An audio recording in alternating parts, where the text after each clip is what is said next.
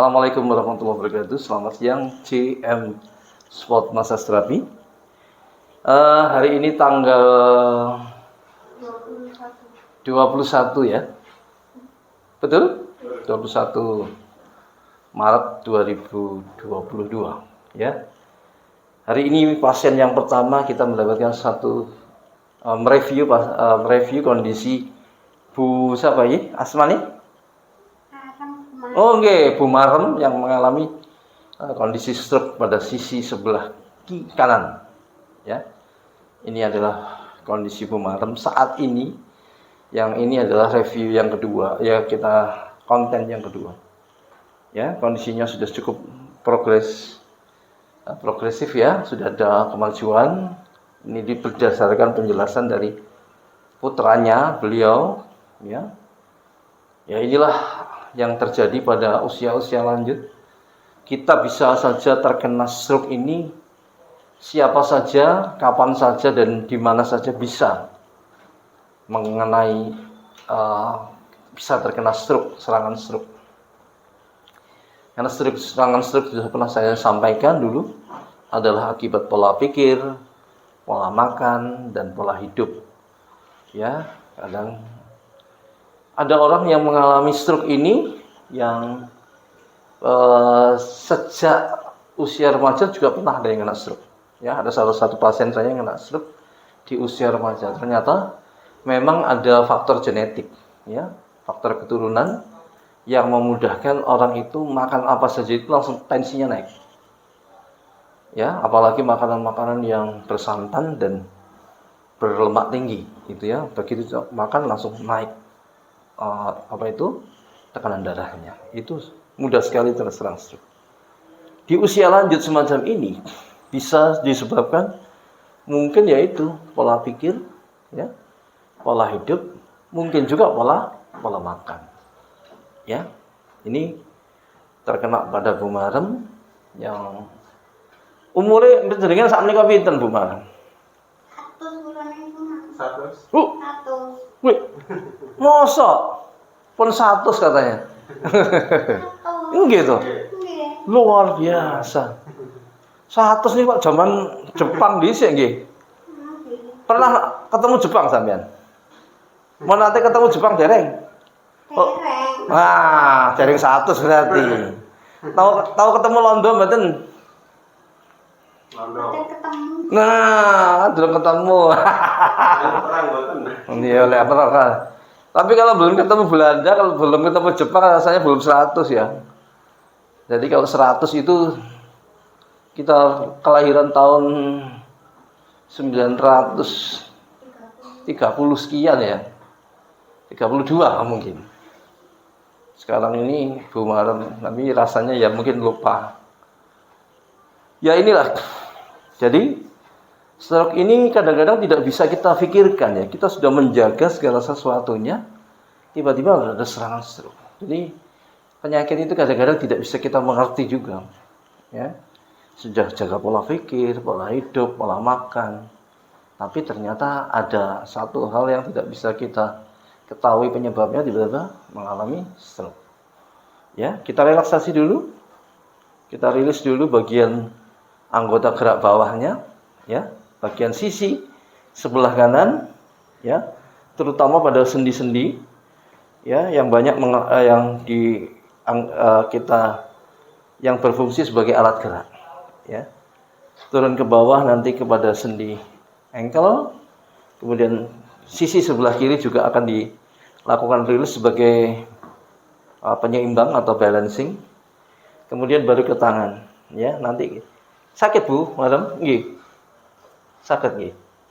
Sakit mboten? Sakit. Oh, nggih sakit. Lho, nek mboten sakit berarti berarti ana apa lah nggih. Nek sakit niku berarti alhamdulillah. Yo. Iki sakit. Mboten? Sakit nggih, sakit nggih. Alhamdulillah berarti sih. Alhamdulillah. Nah, nggih, makin iki di lemes nih nggih, gantian di. Ini jadi kita lakukan anggota gerak bawah dulu, setelah itu baru anggota gerak atas. Dengan demikian nanti bisa seimbang antara bawah dan atas, kanan dan kiri. Ya, itu harus seimbang supaya terjadi homeostasis, jadi keseimbangan di antara tubuh. Ya, antara kanan kiri, atas bawah, ya. Sehingga terjadilah kehidupan atau fungsi tubuh yang normal. Ya, kita lakukan rilis terlebih dahulu. Oke.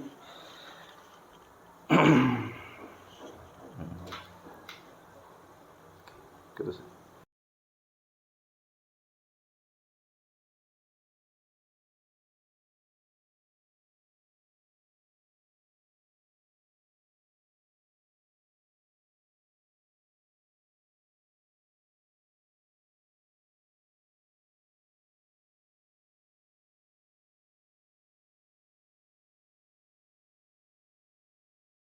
Baik, sudah dilakukan rilis ya. Di dalam penanganan stroke itu hanya ada dua, ya. Yang pertama adalah terapi, yang kedua adalah latihan. Jadi terapi relaksasi dan terapi latihan. Kalau dari faktor internal juga ada, yaitu pasien harus termotivasi terus untuk sembuh. Ya. Ketika dua-duanya ini dilakukan, kemudian pasiennya tidak punya energi untuk sembuh, ya sulit. Ya, harus punya punya motivasi yang besar. Saya sembuh, saya bisa sembuh, masih punya harapan untuk hidup. Tapi kalau kemudian pasrah dan apa katanya yang sehat, ini agak sulit. Ya, apa katanya yang sehat? Karena tidak ada motivasi internal atau motivasi intrinsik dari dalam dirinya sendiri. Ya, ini sedang dilakukan terapi ini, relaksasi. Setelah ini sebentar lagi oleh Mas Surya akan kita dilakukan, yaitu terapi latihan, melatih bagian-bagian. Contoh ini ya, karena Bu Maram ini kena bagian sebelah kanan ini. Nih kita lihat ini sisi kanannya melemah. Ya, harusnya kan begini. Nah, kita berikan terapi ini 1, 2, 3, 4, 5, 6, 7, 8, 9 supaya dia tidak eksversi namanya. Ya, ini eksversi, ini inversi. Ya, kita lakukan latihan untuk inversinya. Lemas ya Bu Maram. 1, 2, 3, 8, 9, 10. Oleh 1, 2, 3, 4, 5, 6, 7, 8, 9, 10. Lagi ya. 1, 2, 3, 4, 5, 6, 7, 8, 9, 10. Sampun. Nggih, sakit-sakit ini ditahan. Ini enggak bisa nih. Saya tekuk enggak bisa nih. Ya, saya paksa sampai di sini ya. 1, 2, 3, 4, 5, 6, 7, 8, 9, 10. Luruskan. 1, 2, 3, 4, 5, 6, 7, 8, 9, 10. Luruskan begitu ya. Kalau yang kiri tentu bisa. Ayo kita tekuk. Bisa. Kita latihkan juga. 10. Lagi. Tekuk lagi. 1, 2, 3, 4, 5, 6, 7, 8, 9, 10. Ya. Ini kita masukkan ke inversi lagi. 1, 2, 3. Tahan nggih. Pemarep nggih. 10 nggih. 1, 2, 3, 4, 5, 6, 7, 8, 9, 10. Nah, disinilah ya. Jadi motivasi itu sangat pentingnya seperti ini. Ketika diberikan latihan, ketika orang mengalami stroke itu jatuh semuanya. Jatuh mentalnya, jatuh fisiknya, ya, jatuh kepercayaan dirinya. Jadi seakan-akan dia itu sudah seperti pasrah. Lanjutkan Mas. Seperti pasrah terhadap apa yang diputuskan Tuhan, diputuskan siapapun yang memegang dia. Nah ini agak lama. Jadi yang tidak boleh ya seperti ini ya. Jadi motivasi dari pasien itu harus benar-benar besar juga. Dengan demikian, ketika dia dilakukan latihan, sakit pun masih bisa ditahan. Tapi kan seperti ini agak sulit ya. Tapi tidak apa-apa. Anaknya sabar, dengan begitu upaya untuk terus melakukan proses penyembuhan untuk ibu tercinta ini bisa dilakukan sebagai bakti anak terhadap orang tua. Ya. Ini Contoh ini. Ini bagian sisi ini. Persendian ini kalau saya tekan begini nanti akan nyeri. Ya. Karena ini juga kurang gerak. Sakit nggih Bu Marem? Niki? Sakit Bu Marem? Sakit? Oh, mboten. Alhamdulillah. Alhamdulillah. Niki ditekuk. Nah, pun mulai sakit. Tuh 2 3 4 5 6 7 8 9. Kersane lungguh nggih. Nggih. Kepengin lungguh to? Nggih. Kepengin lungguh mboten? Lemes. Lemes. Tuh 2 3 4 5 6 7 8 9 10 sampun. Ya. Kita berikan penghangat terus bagi bagian perutnya supaya terjadi gas-gas yang masih ada di seputaran lambung bisa keluar, ya. Nah, ini nanti akan dilatihkan begini. Nih, sisi kanannya bagus. Tuh 2 3 4 5 6 7 8 9 10. Tuh 2 3 4 5 6 7 8 9 10. Ya, ini. Nah, lambungnya agak nyeri. Ya, supaya gas-gasnya bisa keluar.